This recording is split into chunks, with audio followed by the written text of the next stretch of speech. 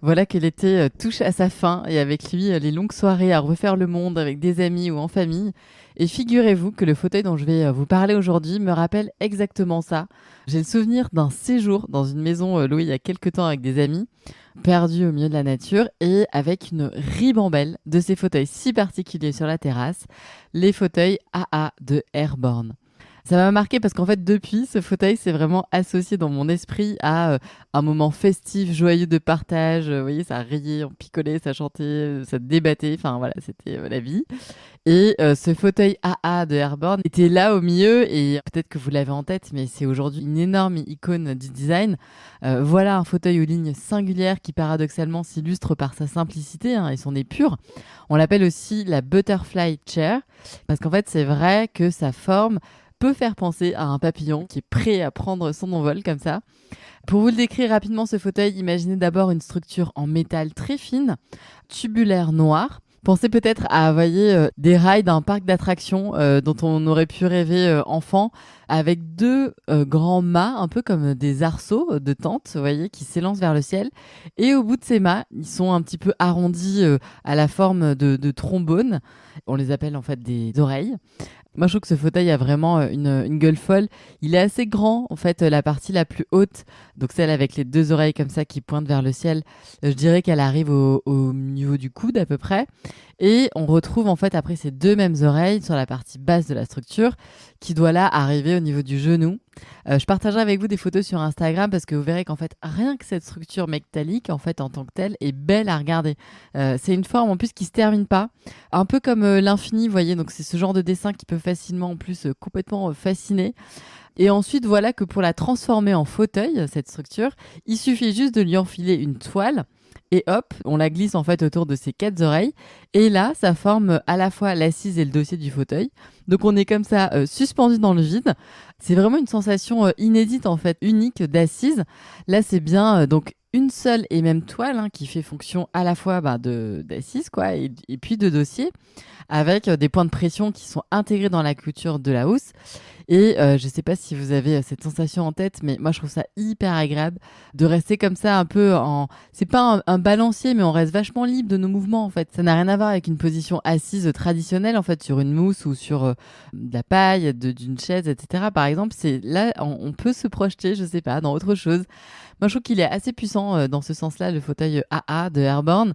Et tout ce qui est autour de l'assise aussi, du maintien, est vraiment une invitation à exprimer une forme aussi de repos qui va mettre un peu notre corps dans une position peu commune, rarement proposée autrement en fait auparavant par un fauteuil.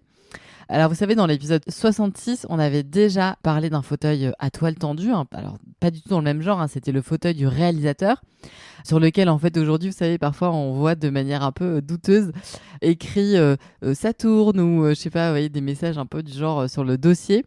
Alors, on est aussi très bien assis dans un fauteuil de réalisateur, mais c'est autre chose parce qu'on est vraiment assis en position assis comme si on allait être à table. D'ailleurs, c'est un fauteuil qui est très utilisé en extérieur pour les repas, etc. Donc, c'est pas du tout le même usage que la AA qui, elle, va vraiment inviter à une grande liberté d'assise, parce qu'en finalement, on peut se mettre les pieds qui touchent le sol, normalement, en biais, en tailleur, les jambes pliées. Souvent, on a envie de se mettre un petit peu, vous voyez, sur le côté, en calant un peu notre bras dans le creux de la housse, entre les deux oreilles, là, pour se tenir la tête, soit, je sais pas, avec notre main un peu trifouillée, l'autre oreille de fauteuil. Enfin, voilà, je sais pas, c'est un fauteuil à la fois pour lire, pour dormir, pour discuter. On n'est pas vraiment allongé, en même temps, c'est pas non plus un relax. Enfin, voilà. Et c'est drôle parce qu'en fait, la première fois que j'ai vu ce fauteuil en photo dans un magazine, je sais pas, j'étais enfant et j'ai le souvenir de m'être dit, comme que ça m'a marqué, soit on est très très mal assis dans ce fauteuil, soit on est très très bien. Et c'est vrai qu'en fait, je peux totalement comprendre les gens qui se disent, oulala, encore un truc design pour faire beau, mais au confort terrible. Et ben voilà qu'en fait, j'avais tout faux parce que sous ces allures de fauteuil réservé aux sportifs, ou de si je me mets là-dedans, je vais pas me relever, en fait, il est vraiment sans sas. Mais alors, évidemment, vous allez me dire, qui a bien pu dessiner une telle merveille? Eh bien, figurez-vous que c'est une histoire un peu rocambolesque. Voilà que l'histoire du AA de Airborne est liée à d'autres histoires, d'autres fauteuils. Quand on tire totalement le fil, en fait, on arrive à un premier modèle de fauteuil pliant en bois qu'un ingénieur britannique dessine au milieu du 19e siècle. Elle s'appelle la Femby Chair. et comme le nom de ce Britannique talentueux. Et ce fauteuil est édité à partir de 1895 et il va devenir la chaise préférée des militaires, tant elle est légère, amovible, pratique. En fait, elle est hyper facile à transporter. Et donc, ce monsieur va vendre les droits de fabrication en Europe, en Grande-Bretagne, en Italie. Donc, son fauteuil voyage vraiment beaucoup. Il fait le tour du monde avec les différentes armées européennes. Et cette chaise est surnommée d'ailleurs la Tripolina Chair. Donc vous en avez sûrement déjà entendu parler, je vous mettrai des photos, c'est vraiment un fauteuil qui est très très beau. Et puis bien plus tard, dans les années 1938, on a 3 designers, 2 argentins et un catalan, qui s'inspirent en fait de la Tripolina Chair, dont je viens de vous parler, et ils vont créer en Argentine ce qui va s'appeler le fauteuil BKF. Donc en fait, c'est les initiales de ces 3 acolytes. C'est une chaise qui est aussi appelée la chaise 1998. Et ils font en fait quelques modifications de la Tripolina, dont une qui est majeure, c'est-à-dire qu'en fait, ils vont remplacer la structure en bois, qui était un peu comme, vous voyez, celle de la Tripolina, comme celle des lits parapluies. Et ils vont la remplacer par une structure qui est non plus pliable, mais bien en fait d'un seul tenant. Et surtout, ils choisissent de la réaliser en fil d'acier plein. Donc, vous voyez, en métal vraiment noir. Et pareil, ils vont après utiliser donc une housse en cuir pour l'assise, qui va venir habiller les 4 oreilles de la structure et créer donc le fauteuil. Esthétiquement, du coup, là, on est très très très très proche du fauteuil AA qu'on connaît aujourd'hui. Ce nouveau design sort le fauteuil en fait de l'univers militaire. Là, on a plutôt un côté bohème, très moderne en fait, vraiment unique pour l'époque. Et les 3 acolytes vont présenter leur merveille lors d'un grand salon à Buenos Aires. Et là, donc, elle fait sensation, elle reçoit plein de prix et elle va même rentrer dans les collections du MoMA à New York. Là, on est en 1944. Énormément de fauteuils BKF vont ensuite être vendus partout dans le monde. De nombreuses sociétés vont l'éditer, comme par exemple Knoll aux États-Unis, avant de l'abandonner en 1947, parce qu'en fait, il y avait trop de fauteuils qui étaient d'inspiration AA, qui étaient fabriqués un peu partout ailleurs. En Argentine, il devient d'ailleurs le fauteuil un peu national. Il y en a même en béton dans les rues. Et un peu plus tard, dans les années 50, il y a le directeur d'une revue très célèbre qui a été créée en 1930, qui s'appelle Architecture d'aujourd'hui, qui va partir faire un séjour aux États-Unis. Ce monsieur s'appelle André Bloch. Et là, il découvre ce fauteuil. Il tombe amoureux et il le ramène en France pour le montrer à des éditeurs, persuadés que ce fauteuil va devenir une icône. Petite parenthèse, vous savez, cette revue internationale, certains d'entre vous la connaissent bien, elle existe encore aujourd'hui. Et d'ailleurs, sur la couverture, à chaque fois, on retrouve ces 2 initiales AA. Du coup, ça n'a pas loupé en fait. Il la ramène en France et puis après moult péripéties, c'est finalement un monsieur qui s'appelle Charles Bernard de la maison d'édition Airborne qui propose de fabriquer en exclusivité ce fauteuil. Alors à cette époque, Airborne est déjà très connu pour ses collections et sa maîtrise de tout le savoir-faire autour du métal. Ils exportent énormément et Charles Bernard appellera d'ailleurs du coup ce fauteuil le fauteuil AA en référence à la revue Architecture d'aujourd'hui et à André Bloch, sans qui rien de toute cette fabuleuse aventure ne serait arrivé. Et pour la petite histoire, en fait, Charles Bernard, qui lui en fait était décorateur dans les années 30, va racheter dans les années 50 donc le nom Airborne. Il quitte Paris, sa clientèle, il inscrit Airborne à la chambre de la sidérurgie, il va installer son usine à Montreuil et il va se spécialiser donc dans l'utilisation du métal et du fer rond. Et en fait là, il a vraiment créé beaucoup de meubles avec les plus grands designers. Airborne avait déjà du coup à cette époque fabriqué beaucoup d'assises à destination de l'Afrique et puis ensuite pas mal de mobilier en toile.